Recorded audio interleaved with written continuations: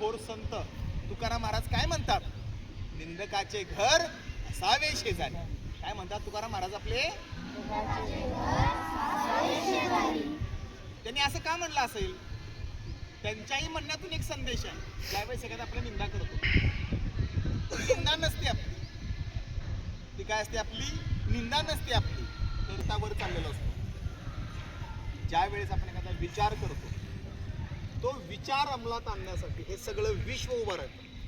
काय उभं राहतं? सगळं हे विश्व उभं राहतं. कमी काय असते? फक्त विचार करण्याची. कमी काय असते? विचार करण्याची. आपला शेजारचा काही म्हणू, आपला शेजारचा काही म्हणू, तू हे केलेलं चुकीचं आहे, तुझं हे बरोबरच नाही, तू असं वागलंच नाही पाहिजे, तू असं नाही वागलं पाहिजे, पेक्षा आपली दिशा बरोबर आहे का हे आपल्या गुरूंच्याकडनं बघ.